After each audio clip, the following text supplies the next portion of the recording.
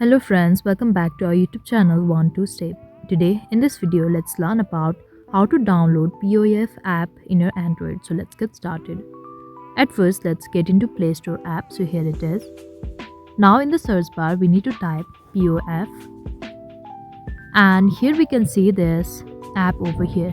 But there is no install button here as this is not available in my region. If it is available in your region, you can simply find an install button over here. Let's look at an example for now.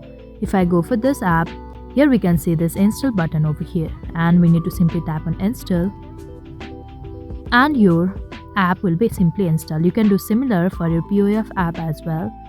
And once it is done, you can simply tap on this open button over here to open the app. You can do this similar method for POF app as well.